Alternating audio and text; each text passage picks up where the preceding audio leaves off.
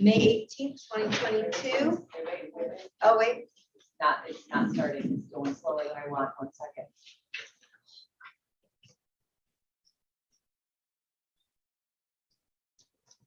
I bought 1 second. It's okay. You tell me when. Number one.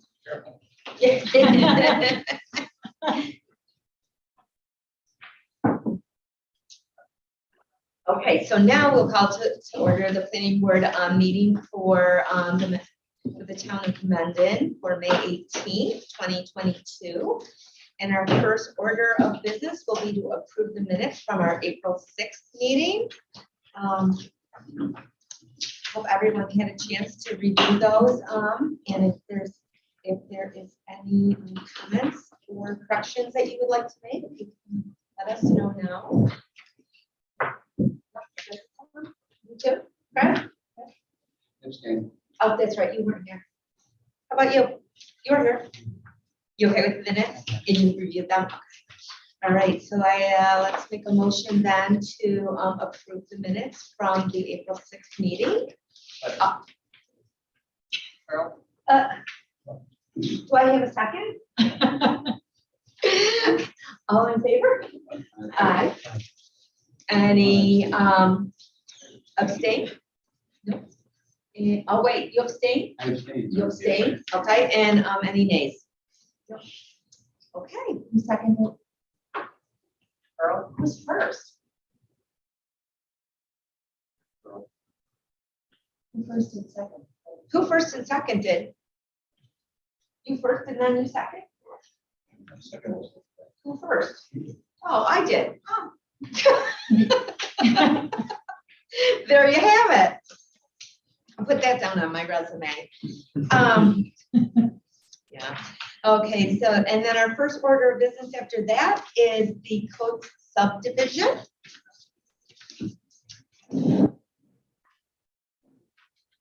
Oh, Hi. Bruce, welcome back. Thank you. Nice to see you again. So we left the last in April and we were going to have the second septic system inspected. Yep, yep. And you did, and that got a thumbs up. Yep. And you increased the size of the lot to be a little bit over a 0.5 acre. Correct. And you basically have done everything that we sent you home to do. Did my homework. Thank you. So anyway, does anyone have any questions for Bruce before we make any motions? No? Okay. So would someone like to make a motion to approve the code subdivision? Chris, and the second? Nicole? And Gotcha. as a clarification, that's for preliminary and final. Oh, yes, it's preliminary and final. Thank you. Mhm. So, there you go. You can disconnect. Thank you very I know, much. You isn't gotta that vote. easy?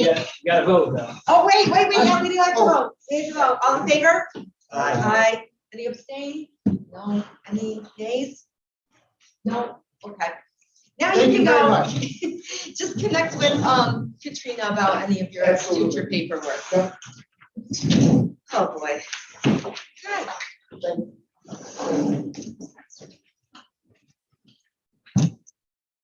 The next item on our agenda is the Mendon Green subdivision.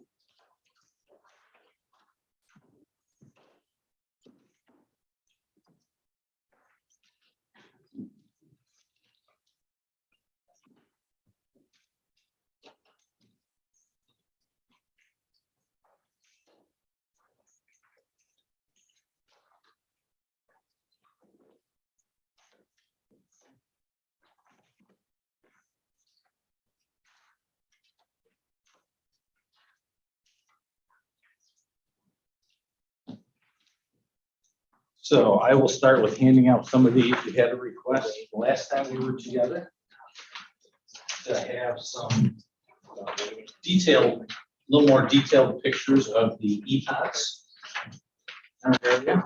So I took what was on drawing C 8.0. Thank you very much. Blew up the areas where we are near them.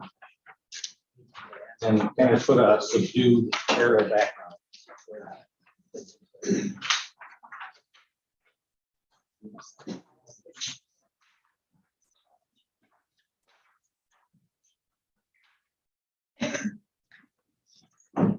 So the first one is the water course protection overlay. And I guess before I get into it, there was a response letter from Corey Gates to our responses, and he had made note of 2 EPODs that we were in, and these will show that. So the water course protection overlay district is the first one that we are infringing on a little bit with our area of work.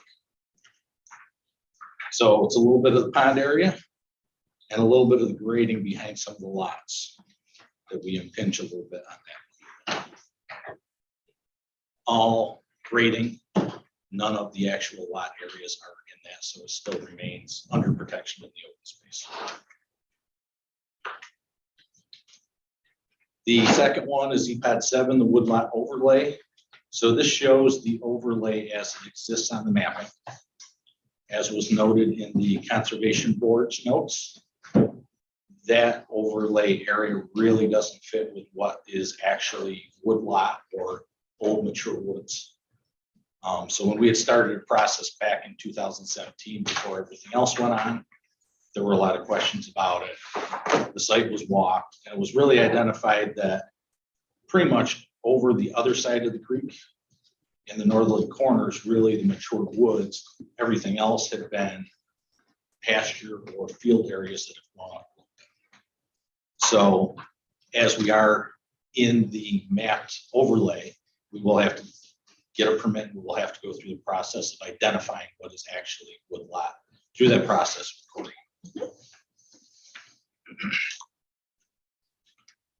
The next one is EPOD 8, the flood damage prevention overlay. This shows the 100-year flood zones as mapped by FEMA. And we are completely out of those, so we aren't affecting the 100-year floodplain at all.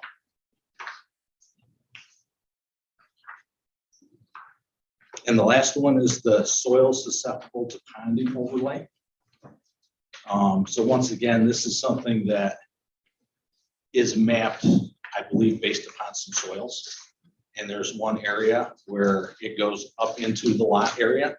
And as was discussed with this board and the Conservation Board, those areas are being filled. There's an existing pond there that is going to be emptied and the muck taken out of the bottom and filled with some structural fill to go into the houses. So that covers what's going on with the EPODs in the area and kind of fits with the information that you got back from the Conservation Board. I was just gonna say the Conservation Board really had no comments on the EPODs. They were pretty had a positive response. And they did a very thorough job of, they've got GIS overlays with aerial maps and historical maps, and they actually did a pretty thorough job of looking at things while we were there. Excellent. So now the EPOD permit, does that come from the planning board? Yeah, And is that something that we should vote on now as a board if people are comfortable, or Yeah. how does that actually? let me, if you don't mind, can I sort of set the stage for where we're at, since it's been Absolutely. 15 years? You of know what? review? Absolutely. I think we'd all appreciate that. Sure. Thank you. So, as you may recall, I believe the last time we were here, with Mending Green before us, they had recently submitted some tweaked plans, and so we asked for some time to look at those plans and then to reappear today. One of the items we talked about was the EPOD overlays, so thank you for doing that.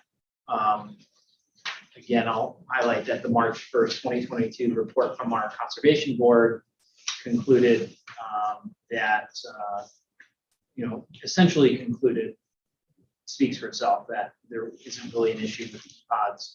But since there are some EPODs present on the property, that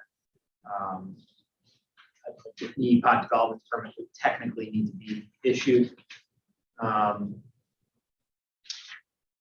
The Mendon Green project at this point has received its zoning HUD approvals from the board.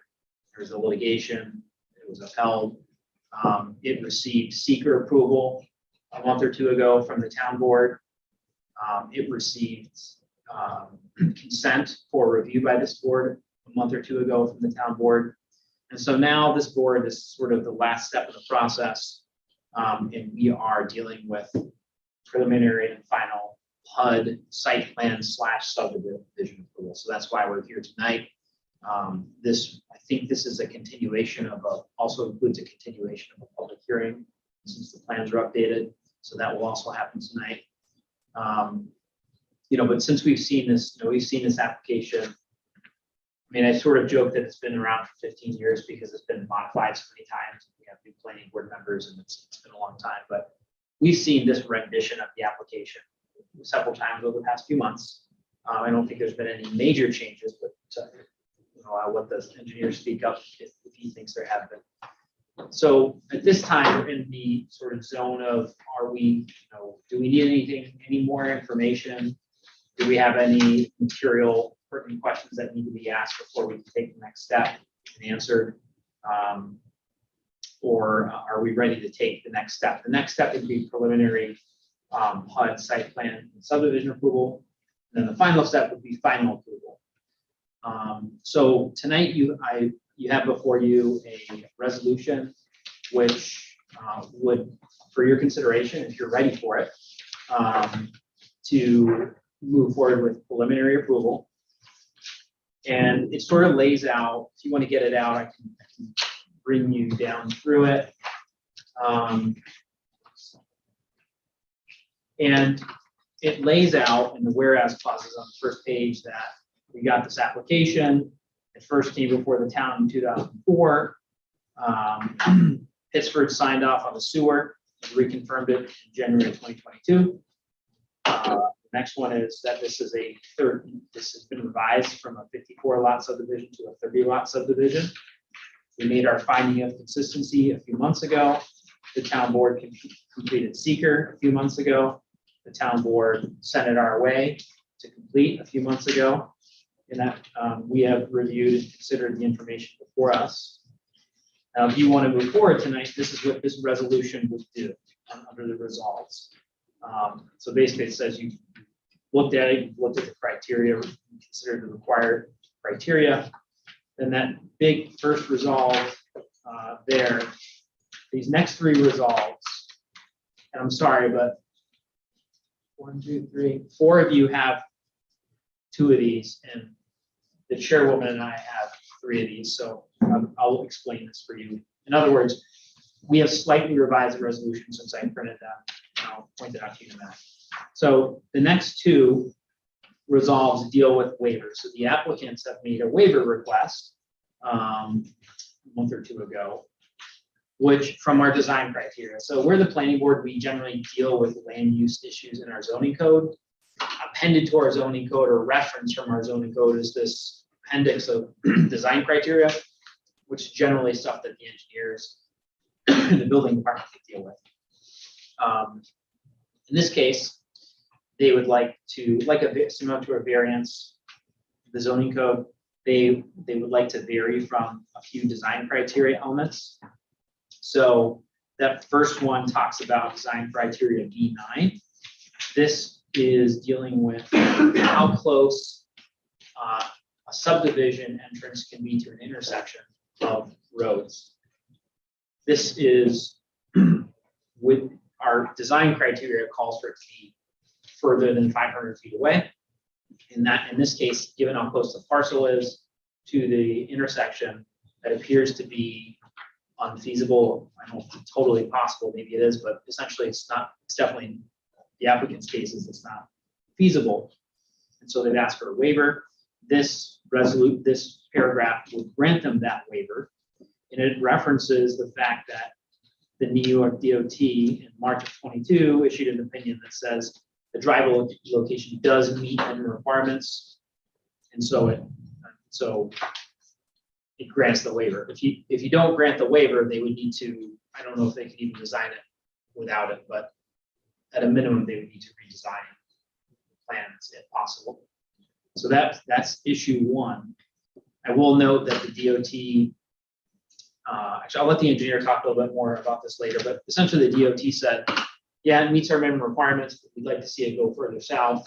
I think it was pushed further south. Yes. And then I think that there may be another discussion about maybe actually from our engineer, bringing it back up north a little bit more.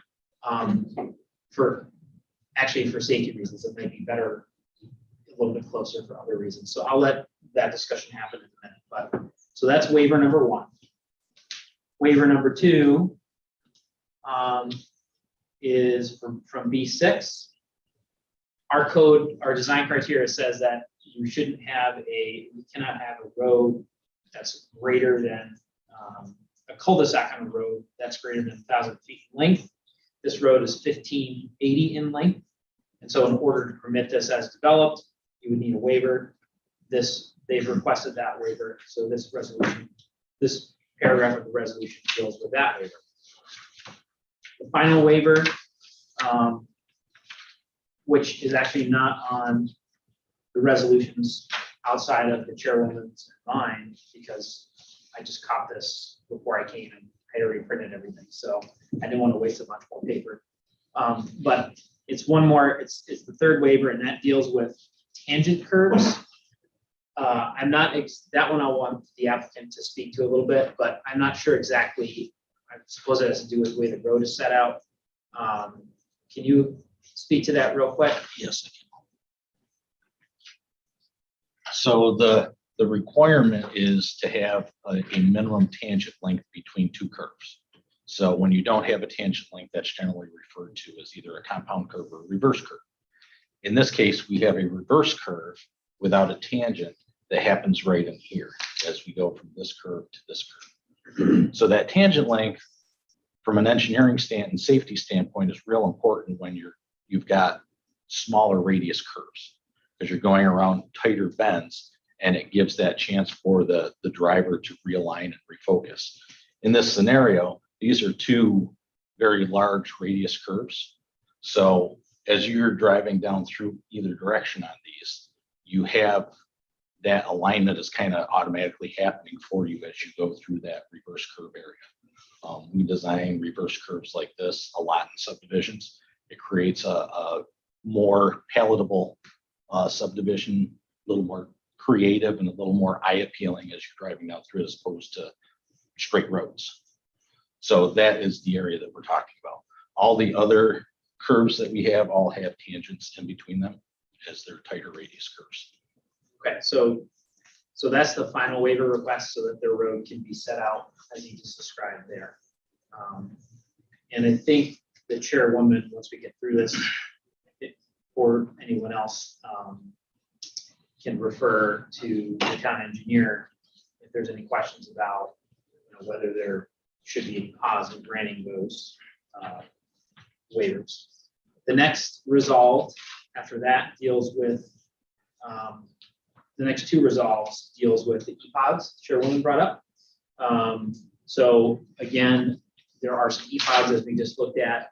I believe it's fair to say that you can look at the EPOD report yourself if you'd like, but that the Environmental Review Committee didn't seem to have an issue with the way the project is laid out. I don't think the engineer has an issue with the way the project's laid out. It doesn't seem to material impact the mature trees on the lot. It doesn't seem to materially impact ponding issues. And so these next 2 paragraphs deal with the issuance of EPOD permits, which is required since there are EPODs on the site. And the final resolve is just dealing with the actual approval request for this one only gives preliminary for the reasons we'll talk about in a minute. This would only issue preliminary approval for the PUD site plan and subdivision, subject to all these conditions. So there's 15 conditions, and they're in categories depending on when they need to be satisfied. So these first 5 conditions are under the title prior to final approval. So if you grant preliminary tonight, in order for the applicant to come back for final, they would need to show us they've dealt with these first 5 first. The first 5 are dealing with engineering comments that impact the map itself. Because if you granted final approval, but the map had to be changed, you have your chairperson signing a map that needs to be changed. It doesn't make any sense. So all these deal with things that require map changes. So number one deals with addressing certain engineering comments that impact the way the map is drawn, including the road alignment relative to the intersection. We just talked about how they moved it further south, but our engineer, I think, believes maybe pushing it a little bit further north, even though that gets it closer to the 500 feet issue, actually makes it safer. So that's one issue that needs to be addressed. Another one is cleaning up the wetland delineation. I'll let the engineer speak to that if you have any questions. Number two is any code enforcement comments that would impact the map. I don't know if there are any, but if there are, they need to be dealt with. Another one is town of Pittsburgh comments that would impact the map. That would include potentially increasing the side setbacks of 2 lots to make a wider gap for an easement to go through there. So that's another issue that impacts the map. This is sort of a more interesting one, to provide us with a plan regarding the disposition, ownership, or control of all of that open space. So that's something we also have it's been floating out there for a while, that we want to have a little bit more locked down. And I suspect that this probably won't be fully locked down by final, but if we at least have some direction in writing, we can then turn that into a condition for our final. You know, if it's whether it's put an easement on it and convey it to not-for-profit entity in the future, or whether it's something else. We just need some direction there or plan. The final one's a little more complicated. Again, these are the 5 that would require moving on to the final. So since this is a PUD, which is a planned unit development, which is custom zoning, it is more complex from a zoning standpoint than a development in an established zoning district, like an R1 district or a commercial district or a business district. This is a self-created, a homebrew zoning district, which is allowed by your code, or it was, and it's allowed by many other municipalities in the state. Because of that, the zoning is created one-off by the town when you create one of these subdivisions. And since this dates back so far, there is, I would say, and also because the code has been amended and I think repealed since then, but for the saving clause for this specific subdivision, it makes it even more ambiguous.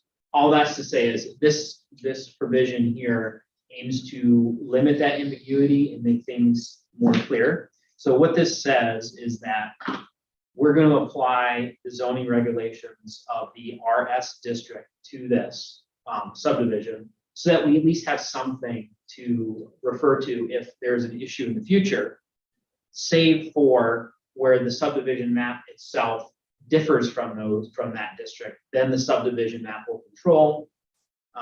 That's essentially what this does. So just by way of example, if the RS district says you need 15-foot side setbacks on each lot, and the map shows 7-foot setbacks, the map is going to control.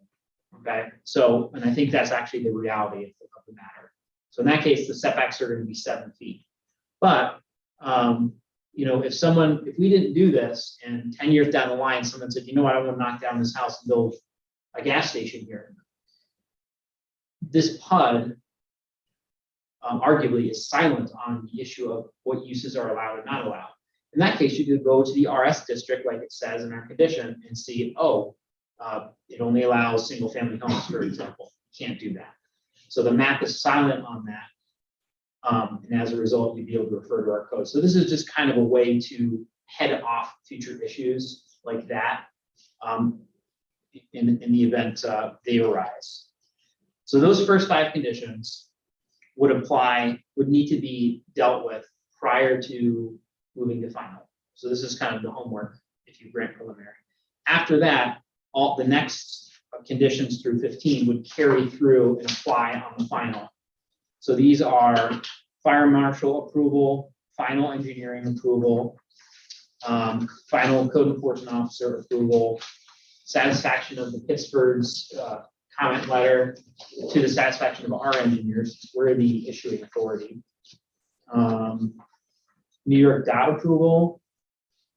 Acceptance of the declaration of covenants by the town, so those are like, an HOA would have declaration of covenants. Those are the things like, you can't have a pink shed in your front yard kind of thing, you might see these with HOAs. In this case, I think because we have a PUD, because of that ambiguity in the zoning, they're also backstopping that ambiguity by filing a declaration of covenants, which says things like, one of the things I remember, you can't have a metal shed. The pool needs to be in the backyard, stuff like that. So we would want to make sure we're okay with what's in there.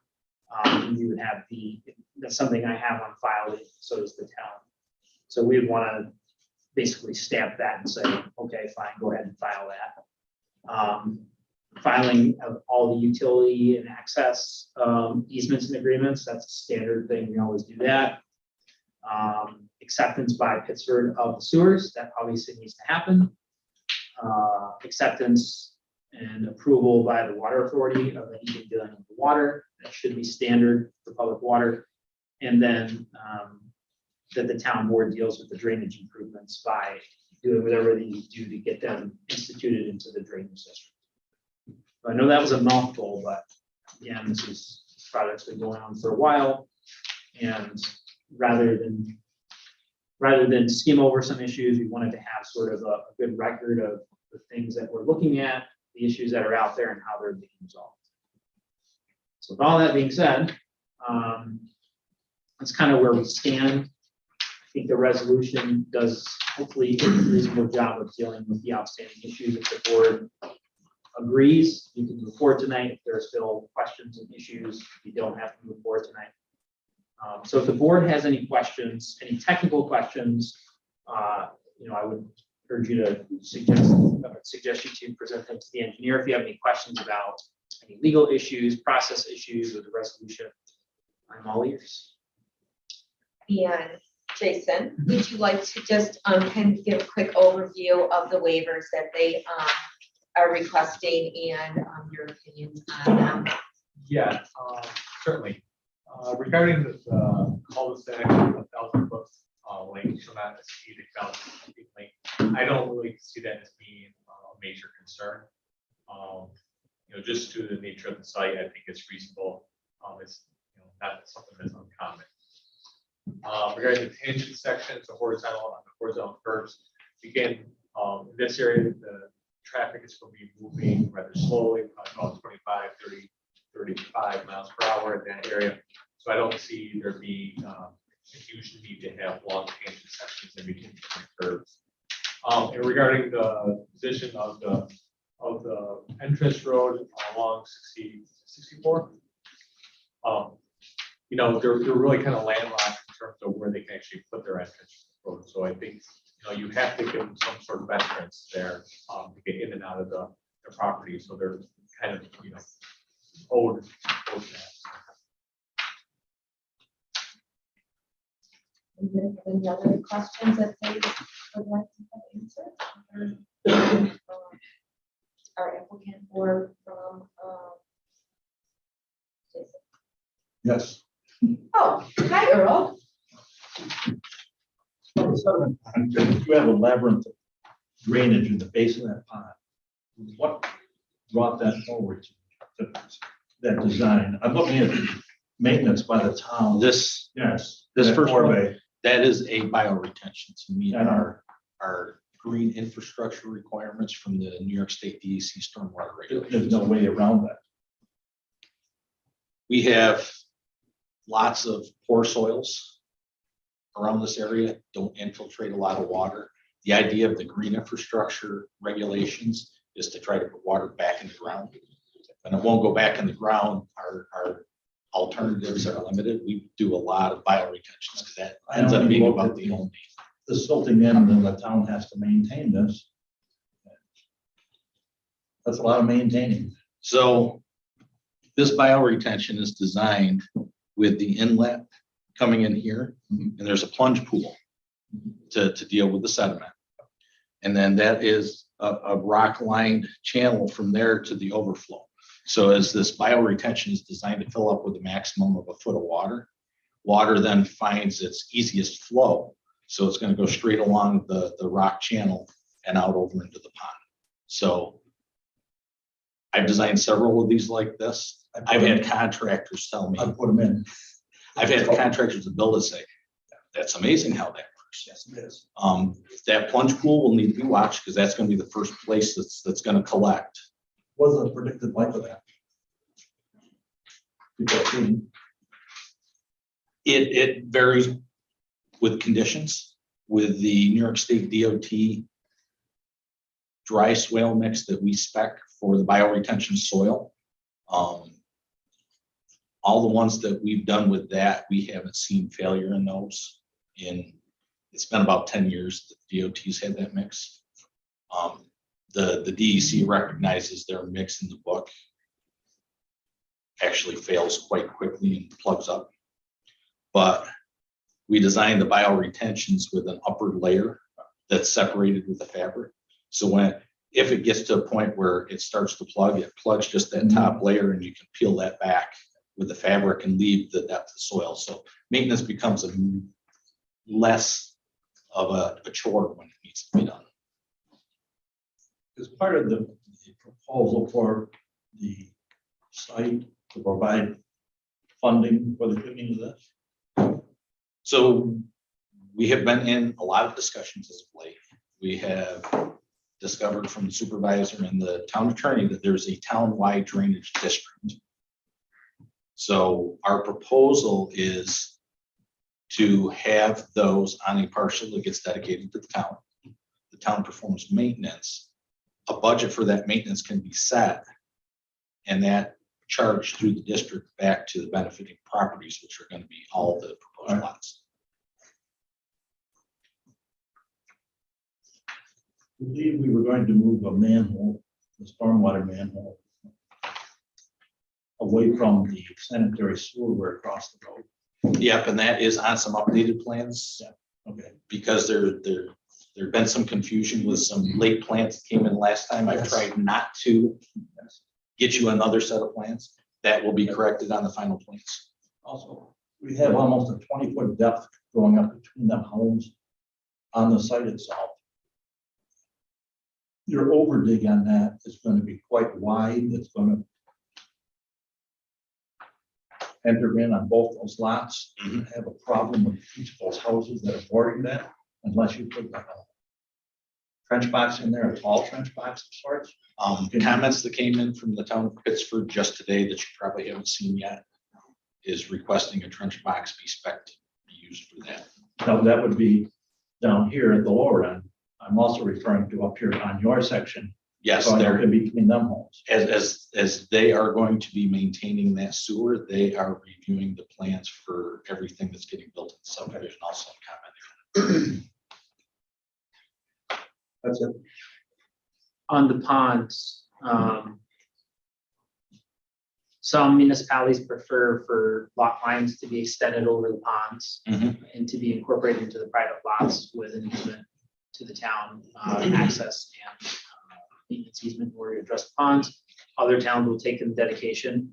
I can't speak for the town board in terms of what they want to do, but my suggestion is before you come back here for final to get, I know one of you has been emailing to try to, you really need some direction there because if they want, Yes. if they want to include them on the lots, you need to change your map, you need to tweak your map a bit. Well, before we sign and if that will be the case, then the pond will be on the open space with an easement over it as we had originally submitted it. Rather than a dedicated. So we're working through that. I Okay. have an email into Corey. I think Corey can give me a lot of feedback on the direction Okay, that his. yeah, we just need to department would like finalize to deal with basically that. the ownership and control of that, how that's gonna look. Either way, it's gonna be pond, it's gonna be a drainage pond. It's just, Yes, whose pond is it? I don't see an issue with having some level of resolution to that before we come back for final. Okay, I think some clarity on the ambiguity of the lot behind.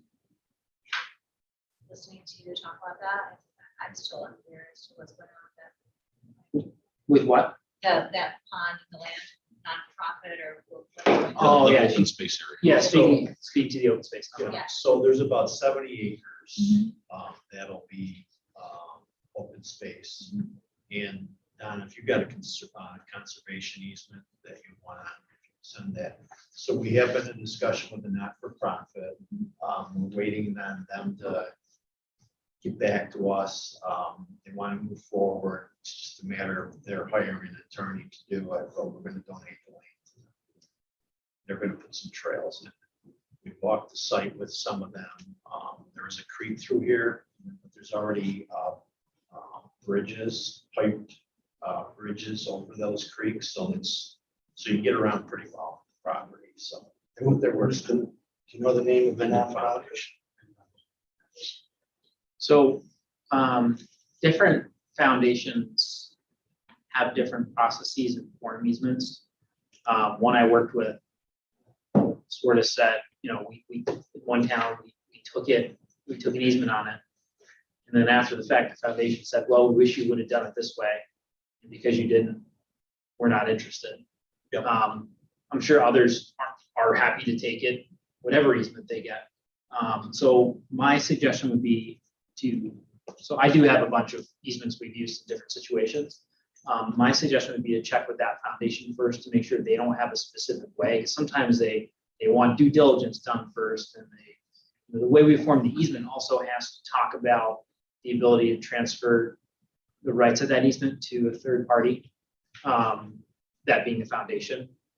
So before we go to final, this is a prelim, I would suggest checking with them and seeing how, if they're interested in this, how they want it done. If they're not, maybe we could just go with the straight conservation easement. And then sending me even a brief note. The foundation does want that. Good, okay. Yeah, I know John Carroll tried to do well, on it more for years. And we talked about it very early on. Mhm. About Yeah, just gonna knock down some of these details before we finalize things a bit. Can you speak to the parking situation a little bit better too? I'm just trying to figure out if people are gonna be walking on trails, where are their cars? So the Mendon Foundation, you can point to theirs. They have property towards southeast. Okay. That would be where you could get to the property, go on their property, not this property. Okay, It's serviced by, it looks like a dedicated road, and you have a parking area there. okay, that I did not. On our site, there would be no parking, but there is a small area between a couple lots there, whatever number they are. Yeah, the access. That down would be to a the walking path for residents of ours to get to the trails. Understood. Thank you. So can I ask maybe if you could either jointly with the Mendon Foundation or just yourself, maybe provide a brief sort of letter of intent on this situation? We intend to do this, park down here, trails over here. Doesn't have to be anything, extraordinary, lengthy or cumbersome, but just so we have the basic concept down at least. And then also if the foundation wants to use a particular type of agreement or easement, so that we can build that into our conditions. Yep, they're working on getting an attorney to Okay. represent them, so hopefully right now they have that. Okay. Any other questions? Don, at this time, should we move to take a vote on the preliminary? The only thing, The only thing- all this discussion, we've forgotten, just to make sure none of the public is here to speak on it. Oh, that's right. That was just in my head. Is there any public that would like to come and speak to this applicant or have any questions regarding this project? Do not think so. Okay. So yeah, at this point, if the board feels comfortable with the preliminary, someone can move it for a vote. Someone like to move to for a preliminary approval? Sure. Should we do that or leave it Yeah, open? yeah, no, you should close it. I don't expect there to be any material changes at this point. Move to close public hearing. I'll second. All in favor? Aye. Any abstaining? Nope. Okay, I guess we're good with that. The public hearing has been closed, and now, would someone like to, make a motion that we, move forward with the preliminary approval for, the Meadow Green subdivision? So moved. Do I hear a second? Second. All in favor? Oh, and as a clarifying, before you all in favor, as written, you're moving the resolution as written, correct? Mhm. And is including which includes the EPOT permits and the waivers. Yes. Just to be clear for the record. Okay. I call for your vote. All in favor? Aye. Any abstain? Against? Okay, then I guess we, have now, the preliminary approval. Thank you. Thank you. You're welcome. Okay, so just so the board knows, the next steps then is those 5 conditions we talked about to move to final. They'll be working on that. Applicants, Mr. Watkins?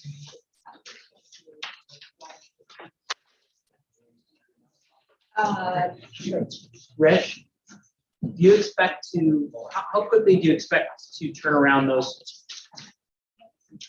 When should we see you back here? What's your target?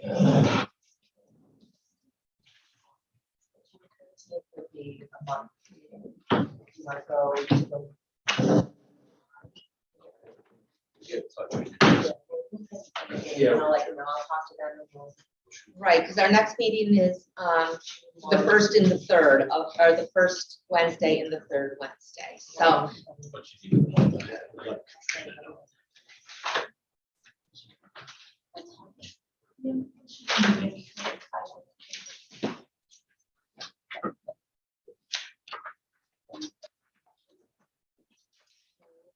The next item on our agenda.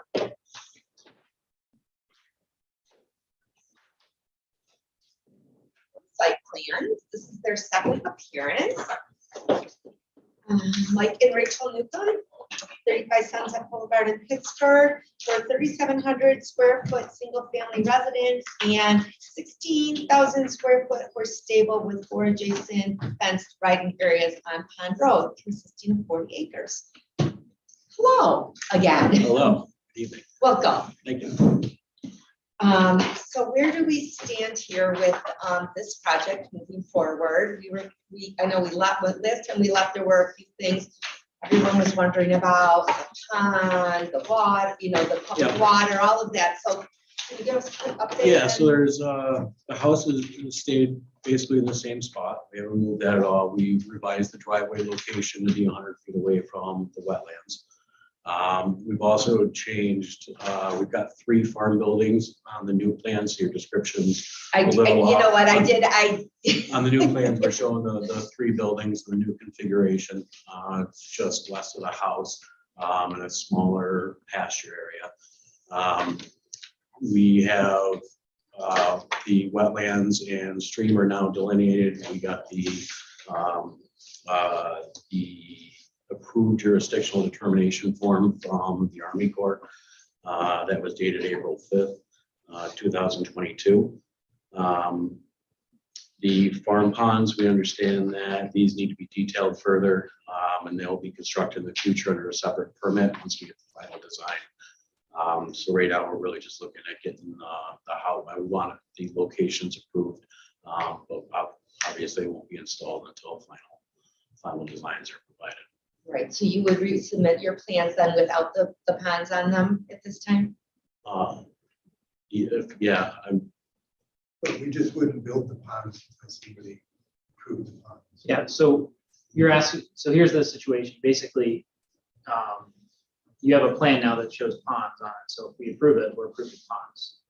So if you don't want to go for pond approval, you got to take them off the plan. If you do want to go for pond approval, then you got to submit the things that the engineer is requesting. I think that includes SWIP and design elements of the pond. So you kind of have to pick a path and tread down that path.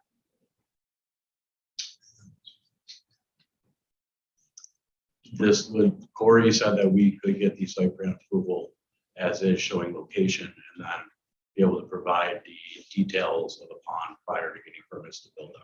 So I think there's a little miscommunication between what Corey had told us and what we're hearing now. You know what, I heard from Corey this afternoon, and he had said that, just what I just said, that if you weren't going to build the, ponds now, you would have to resubmit the plans with showing the ponds not being on there at this time. So I don't know where that breakdown came from or that miscommunication, but that was the last communication I had with Corey, was that the plans would need to be resubmitted without the ponds if you weren't going to be putting the ponds in at this time. That is the exact opposite of what he told us. I'm sorry.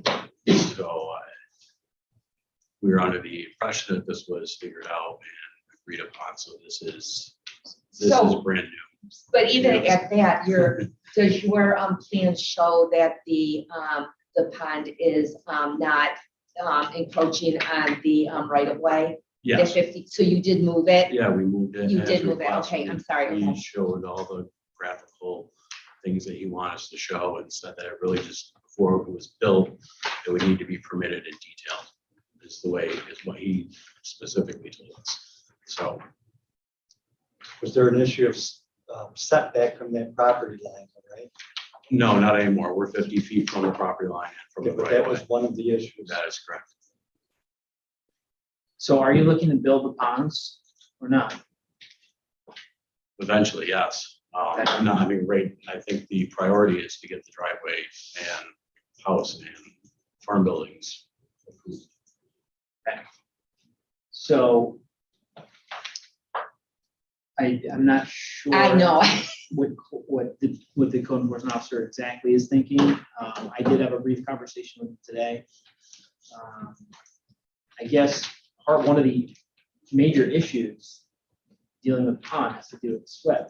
Right, so right now, the ponds are excluded from the service area. Yep. So in your rate of, what is the disturbance? I guess 4.8 acres. Yeah, So if you disturb the ponds, you're gonna be over the 5 acres. Which will make you have to do post-construction stormwater management. no, practices. the ponds were included in In the the disturbance area. disturbance area. Okay. I want to double check that. They're not shown on this here. But if you're under, as long as you're under the 5 acres, if you do the pond disturbance area, then you're not gonna require post construction, which you don't want to do. You don't want to force you to do that.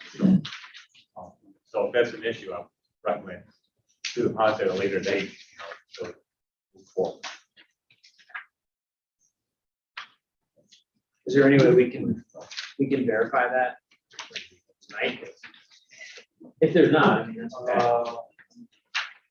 Genuinely curious. I thought I did see something somewhere that did have that disturbance under the 5 acres. I was looking at those things today.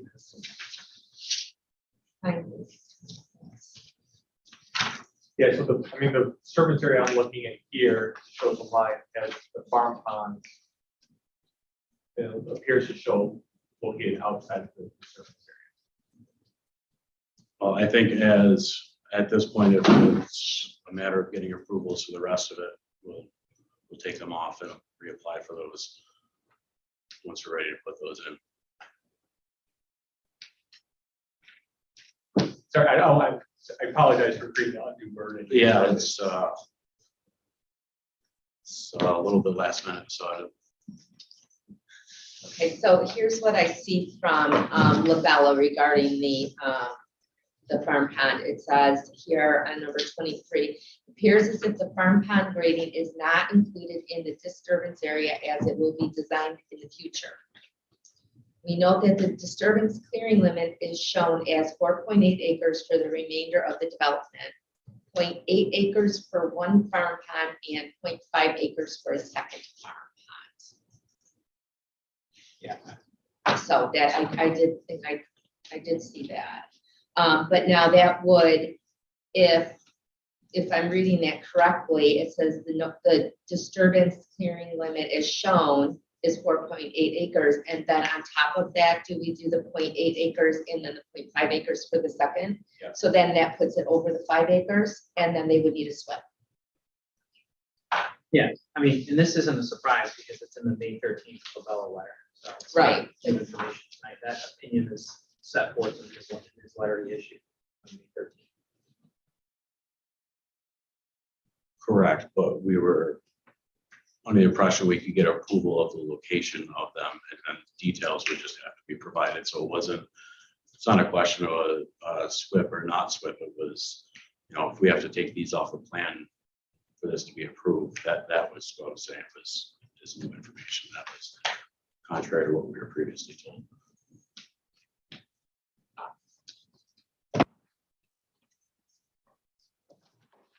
You've extended the water main to the property line. Correct, that was a town's You proposal. have the hydrant and a valve beyond that. You need 2 lengths of pipe beyond that valve to help anchor that. Correct, and that was one of the So- last comments, so that was changed with the water authority since you received these plans.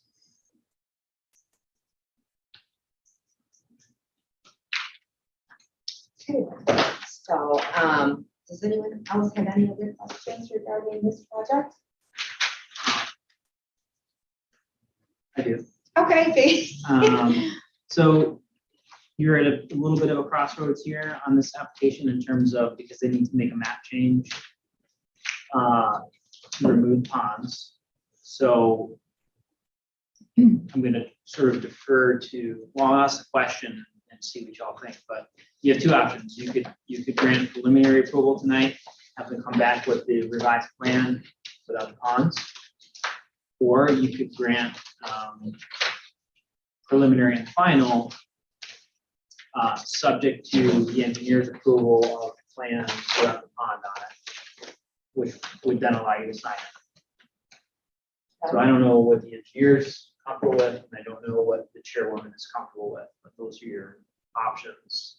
Okay, so what you're suggesting is that they could have preliminary and final approval when they submit a new plan without the ponds on. Correct? That is a Is- theoretical option. That is one option. Yes. Okay. And then the second option would be that they could possibly obtain preliminary site approval with the ponds showing, keeping the ponds on the. It would be preliminary site approval, subject to them coming back to us and showing the planning where the map without the ponds on it. So basically, both ways are coming back with no ponds. Okay. The only question is, do we allow you and the engineer to certify that the ponds are taken off? Or do we want to have them more formally come back with a plan, put it up there with no ponds, then give them the final? Those are your choices. I don't know that they would need to necessarily come back here to that actual planning board, to show that. I think that if they brought that to the town and code enforcement officer would look at it and he would review that also. And I think that would be quite appropriate for this. And then their third option would be no approvals tonight and just more information on the ponds. Right. Right, so that's a third option, if that was Yeah. something that they wanted to do, if they wanted to wait on that. But then could they have preliminary and final at the next meeting? If they can get all that stuff done, I think that falls a SWIP and pond design, so. Does the applicant have a preference? Could you restate what? We would rather just get the final approval contingent on us showing him a plan without the ponds. Okay, and then in the future, if you want to go for the ponds, come back around. 6 months later. Yeah, and I'm not sure if they would want to need a site plan or just a building permit for the ponds. Yeah, it sounds like the code enforcement officer's take is when you come back, you wanna confirm this with them. It sounds like maybe you have. But if you want to put the ponds in, then you need to get a building permit for that. That's what it sounds like, in which case I don't know that you need to come before us. As long as they meet setbacks.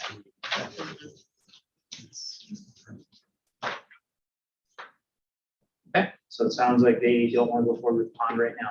Okay, that sounds like a plan, and I know that you and I had a little bit of conversation. You had drawn up a preliminary site plan approval, but we can amend that to be a preliminary and final. Yeah, I just kind of amended it on the fly here. So you all have a draft resolution, which will, under the current thinking, will now read preliminary and final site plan approval.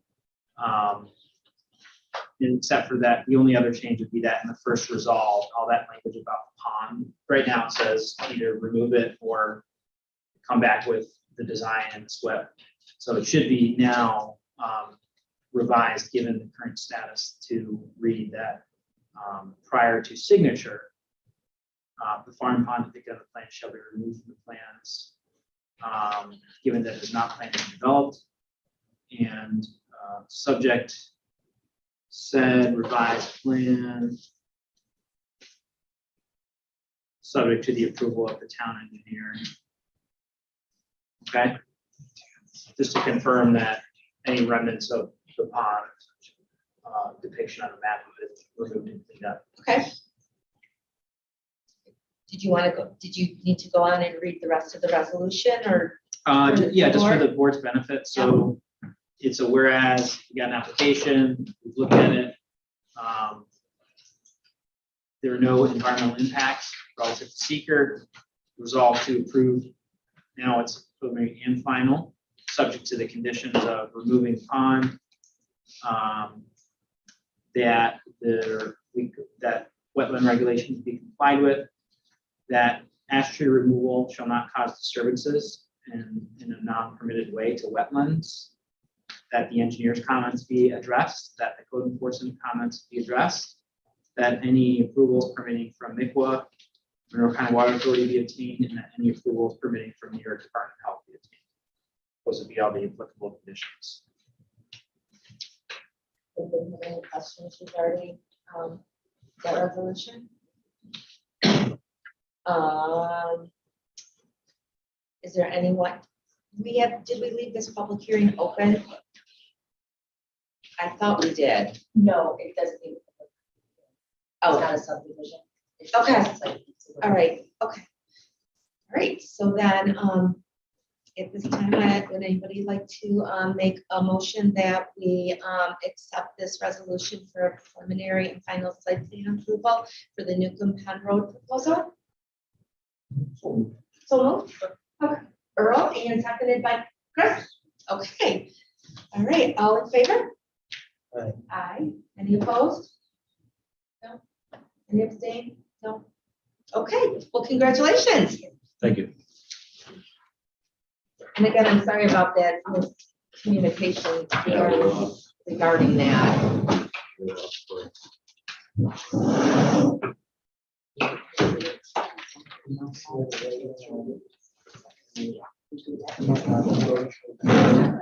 Yeah. I think that, that there was they did get a.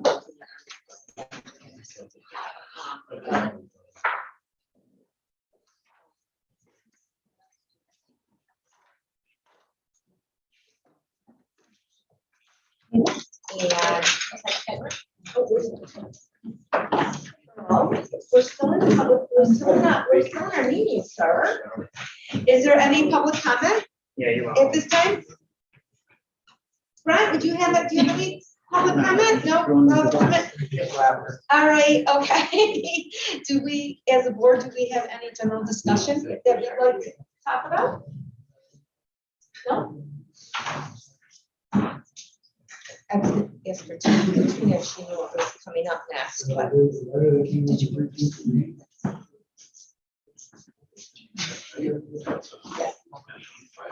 Katrina, what do we have coming? We're in our general discussion. What do we have coming up in our future?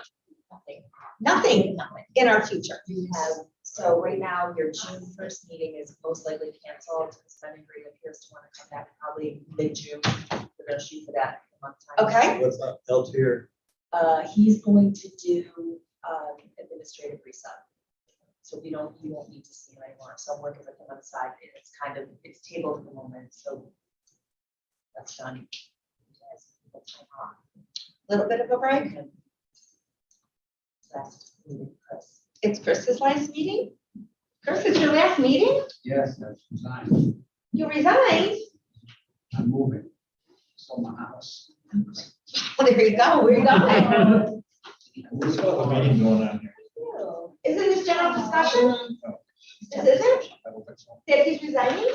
Oh, that's- Yeah? Yeah, it is general discussion. Oh, okay. Well, Chris, thank you very much for all that all the years you've put in on the planning board. How long have you been on the board? 7 or 8 years, you know, I don't know. 7 or 8 years, somewhere there. Well, congratulations on selling your house so fast. Congratulations on your move. Thank you. I know when we spoke a couple weeks ago, you thought you were going to Florida. I don't know, All right, there we go. Good for Whereabouts in you. Florida? West Coast. I'm near Sarasota, South Sarasota. And my daughter's in, well, was in Cape Coral. Yeah. Okay, north of that. Okay, so at this time, I'd like to make a motion that we close this meeting of the planning board. There you go. Any second? Charlie. Okay, we are done. In an hour.